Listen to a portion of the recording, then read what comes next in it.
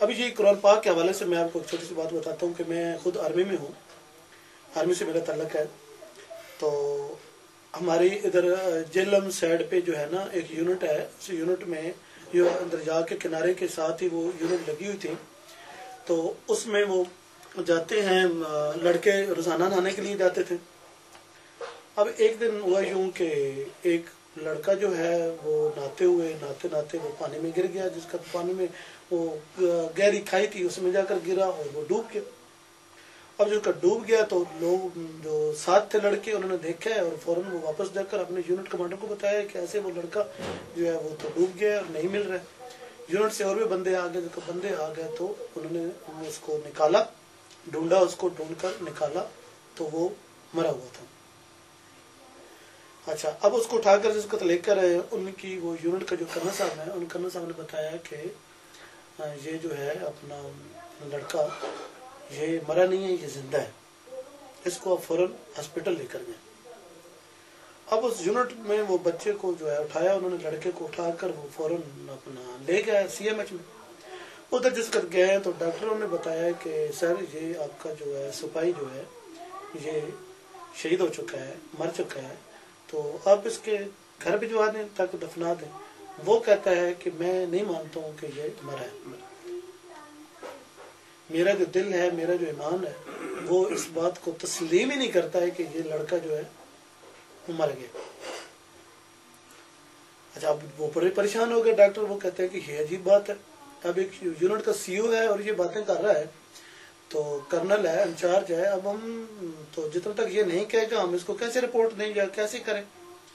انہوں نے اپنے ہیڈ کوارٹر میں جی ایچ کیو میں رابطہ کیا. ہیڈ کوارٹر میں رابطہ کیا تو ہیڈ کوارٹر والے جو ہے وہ آ گئے.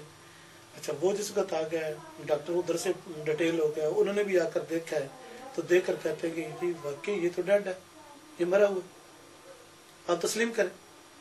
تو وہ کرنل کہتا ہے کہ نہیں جی جناب، میں تو نہیں تسلیم کرتا، کیونکہ یہ جو ہے نا مجھے پتہ ہے. آپ اس کو آپریشن تھیٹر میں کیوں نہیں لے کر جاتے؟ اس کو آپریشن تھیٹر میں لے کر جائیں، اس کا علاج شروع کریں، کوئی ڈرپ وغیرہ لگائیں گے، ٹھیک ہے. اچھا، اب انہوں نے سب نے فیصلہ یہ کیا کہ ٹھیک ہے یار، یہ کرنل صاحب کہہ رہے ہیں نا، تو ایک دفعہ اس کو جو ہے نا لے جائیں اپنا آپریشن تھیٹر میں اور وہ جا کر چیک اپ کریں تو صحیح بھی کیا مسئلہ ہے. اچھا، وہ لے گئے جناب ادھر، وہ آپریشن تھیٹر میں لٹا کر انہوں نے ڈرپ شرپ لگا دیا. آپریشن تو انہوں نے کوئی کرنا نہیں تھا، کوئی ایسی چیز نہیں تھی، لیکن جیسے وہ انہوں نے ڈرپ لگائی ہے نا، ایسی اس کی جو نبض ہے وہ ساتھ ساتھ چلنا شروع ہو گئی. اب ان کو جو ڈاکٹر تھے ان کو بھی وہ بڑا مسئلہ بن گیا، ان کو پریشانی بن گئی کہ یہ کیا، ہم تو اس کو مار رہے تھے، مر گیا تھا، یہ ہے وہ ہے. اب اس کی تو نبض چلنی شروع ہو گئی. وہ فوراً انہوں نے آکسیجن وغیرہ لگانی شروع کر دی اور اپنی جو کارروائی تھی وہ کرنی شروع کر دی. کارروائی جو کرتے کرتے گھنٹے ڈیڑھ کے بعد وہ جو لڑکا وہ ٹھیک ٹھاک ہوش و حواس میں اٹھ کر بیٹھ گیا. سبحان اللہ. اچھا، بیٹھ گیا تو اب وہ سارے پریشان ہو گئے کہ یار یہ کیا ماجرا تھا اور کیا مسئلہ تھا. اب جو وہ جی ایچ کیو سے سینئر آفیسر آئے ہوئے تھے وہ کرنل صاحب کو لے گئے تو کہتے ہیں کہ یار مجھے یہ بتاؤ کہ یہ تو ڈیڈ تھا اور یہ کیسے زندہ ہو گیا ہے، اور آپ کو کیسے یقین تھا کہ زندہ، آپ ڈاکٹر بھی نہیں ہیں، آپ کو کیسے پتا ہے.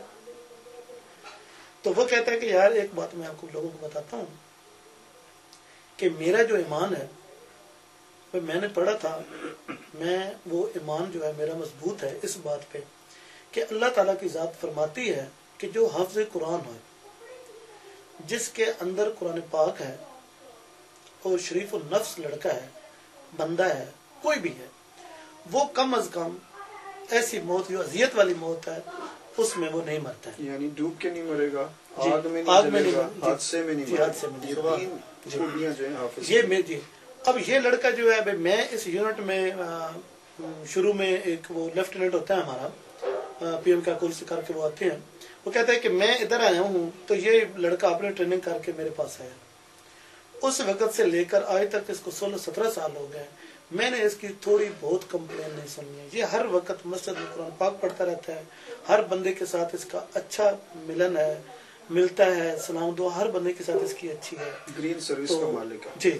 تو ہر وقت اس کی یعنی کوئی کمپلین نہیں ہے. کسی بندے کو میری جو کم از کم 800-900 ہزار نفری ہے اس میں سے کسی بندے کو اس بندے پہ شکایت نہیں ہے. تو میرا ایمان جو ہے وہ کہتا تھا کہ یار اتنا اچھا بندہ جو حافظ قرآن ہے وہ کم از کم ڈوب کے نہیں مار سکتا. تو اس بات پہ میرا نا وہ ایک ہے، مجھے یقین تھا، تو میں آپ لوگوں کو کہتا تھا. وہ پھر لڑکا جناب اپنا اٹھ کر آیا، ڈاکٹر بھی بے بس ہو گیا، ڈاکٹر بھی بے بس ہو گیا، وہ سارے پریشان ہو گئے، شرمندگی اٹھانی پڑی. لیکن جس وقت وہ کرنا صاحب نے بتایا کہ نہیں یار وہ واقعی ڈیڈ تھا، لیکن یہ مسئلہ تھا کہ میرے ایک ایمان تھا اور اللہ تعالیٰ کا فرمان ہے اس میں جو ہے نا وہ میں نے دیکھا کہ اس کے اندر قرآن پاک ہے، اس کے دل جو ہے وہ قرآن پاک سے منور ہے، تو یہ ایسی جو ہے نا موت اس کے ساتھ نہیں ہو سکتی. تو مرنا تو ویسے حق کر ہے، سارے مر رہے ہیں، وہ تو ایسا مسئلہ نہیں ہے. تو اللہ تعالیٰ کی ذات ہی جو پیدا بھی کرتی ہے اور روح بھی جو ہے وہ نکالتی ہے. لیکن یہ ہے کہ کم از کم جو ہے نا حافظ قرآن اور اتنا شریف بندہ جو ہے وہ ایسی موت اس کے ساتھ یہ واقعہ نہیں ہو سکتا، جو اس کے ساتھ ایسا واقعہ نہیں ہو سکتا. اس وجہ سے ہمیں تو خیر اب نہیں ہے، ہم تو قرآن پاک کے حافظ کوشش کریں تو ہو سکتا ہے اللہ تعالیٰ کے ذات کرم کرے تو بن جائیں، لیکن بہت مشکل ہے. ہمیں تو سیدھی وہ کوئی صورت بھی نہیں آتی ہے جو پڑھ کر سنائیں. یا ایک بات، یہ نصیر صاحب کی بات سے مجھے ایک بات یاد آ گئی نا، وہ آپ کی خدمت میں رکھ دیتا ہوں. آج کا ماحول اور آج ہی کا یہ واقعہ کہہ لیں کہ ایک شخص جو ہے وہ تلوار لے کر ایک مسجد میں داخل ہوا، جمعے کی نماز ہے، اس نے آواز لگائی کہ آپ میں سے کون سچا آدمی ہے، جو سچا آدمی ہے وہ باہر آ جائے. اب ایک شخص بزرگ ہستی وہ باہر آ گئی کہ میں سچا آدمی. اس شخص نے اس شخص کو مسجد سے باہر لیا، تو جس نے ہاتھ میں تلوار اٹھائی تھی باہر لے گیا، اس کے قدموں پہ ایک بکرا رکھا، ذبح کیا. اب ظاہر تلوار جو ہے اس کی خونم خون ہے، لیکن نمازی جو اندر تھے وہ ڈر گئے تھے، وہ باہر نکلے ہی نہیں. اب وہ جو بزرگ کو باہر ہی چھوڑا، تلوار سے خون ٹپکتا ہوا پھر مسجد میں داخل ہوا. پھر اس نے آواز لگائی آپ بتاؤ آپ میں سے کون سچا آدمی ہے. تو ساروں نے آواز لگائی کہ مولوی صاحب سچے آدمی ہیں. تو مولوی صاحب نے آگے سے کہا کہ یہ سب بکواس کرتے ہیں، مجھے تو کلمہ بھی صحیح نہیں آتا. چونکہ تلوار سے خون ٹپک رہا تھا، وہ یہ سمجھے کہ شاید باہر بزرگوں کا انہوں نے خون کیا ہے. تو آج کا دور ایسا آ گیا کہ بس سچے آدمی کی تلاش جو ہے وہ ذرا مشکل ہو گئی، ایمان والوں کی تلاش مشکل ہو گئی. وہ نا ہمارے وہ ملک صوفی اکبر صاحب ہیں، آپ ان کو جانتے ہیں؟ جی ہاں جی. وہ مزاحیہ باتیں بھی بڑی سناتے ہیں اور وہ نا ماشاءاللہ بڑے مولوی ٹائپ ہیں. وہ یہی بات کر رہے تھے کہ ایک دفعہ جو ہے نا وہ ایک پٹھان تھا، وہ باہر سن رہا تھا کہ مولوی صاحب جو ہے بڑی تقریریں کر رہے ہیں، تو کہہ رہے ہیں کہ جس نے کسی ایک کو مسلمان کر دیا وہ سیدھا جنت میں جائے گا. اب پٹھان نے کہا کہ یار میرے تو کام سب بڑے غلط ہیں، میں تو وہ مثال کے طور پہ وہ کوئی بھی کام میرا اچھا نہیں ہے، تو بس یہ تو ایک عام سی بات ہے کہ کسی کو غیر مسلم کو جو ہے مسلمان کرنا ہے، تو کیوں نہ ہو کہ ایک میں کر دوں کہ سیدھا جنت میں چلا جاؤں. اب اس نے وہ نا نکالا وہ اپنا خنجر، تو دیکھا ہے تو ایک جو ہے نا وہ ہندو جو ہے وہ باہر ہل چلا رہا ہے کھیت میں. اب اس نے اپنا خنجر نکالا تو بڑک ماری، تو اس نے نا اس کے پیچھے لا کر ٹھہر جاؤ میں آ رہا ہوں. اب وہ جو ہے تھا اپنا کیا کہتے ہیں ہندو نے اب جس کا دیکھا کہ پٹھان میری طرف بھاگ کر آ رہا ہے، تو اس نے وہ ہل چھوڑ دیا تو بھاگنا شروع کر دیا.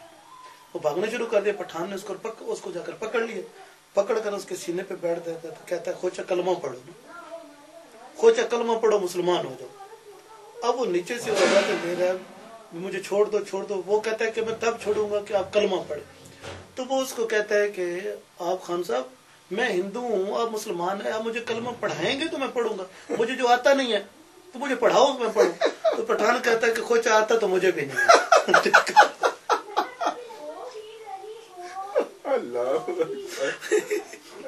وہ کہتا ہے خوچ آتا تو مجھے بھی نہیں ہے. تو آج کل تو پھر یہ حال ہے جی ہمارے مولویوں کے بھی، اور وہ کیا کہتے ہیں کہ سیدھا کلمہ بھی نہیں آتا. ایک آپ کو بات بتا دوں نا، جیسے میرے تجربے میں دوستوں کے، جیسے آپ سے گفتگو ہو رہی ہے ایسے دوستوں نے بتایا کہ جو پشاور کا پٹھان ہے وہ بڑا پکا مسلمان ہے. تو جو پکا مسلمان ہے وہ اس وقت 80% ملاوٹ کرتا ہے، اور جو مومن ہے وہ بھی 20% ملاوٹ وہ بھی کرتا ہے. تو اور پھر آگے سے کہتا ہے وہ شخص مجھے بتا رہا ہے کہ اس وقت مسلمان اور مومن کا بھی یہ حال ہے کہ وہ ملاوٹ سے باز نہیں آ رہا. اور پھر کہتا ہے کوچا ہماری ایک زبان ہے. اور اسی طرح کا جو تجربہ ہمیں ہوا کراچی جانے کے بعد کہ ہم کراچی گئے، وہاں لوگوں سے بات چیت ہوئی، تو کراچی میں بھی یہ حال ہے کہ جو بہت اچھا مسلمان ہے وہ بھی 20% جھوٹ بول رہا ہے، کوئی شک یعنی 100% سچائی کہنا فی زمانہ ڈھونڈنا مشکل ہو گیا، اسی لیے حالات ایسے بنتے جا رہے ہیں۔ تو سلیم صاحب آپ کیا کہتے ہیں موجودہ صورتحال کے بارے میں، آپ بھی کوئی بتائیں؟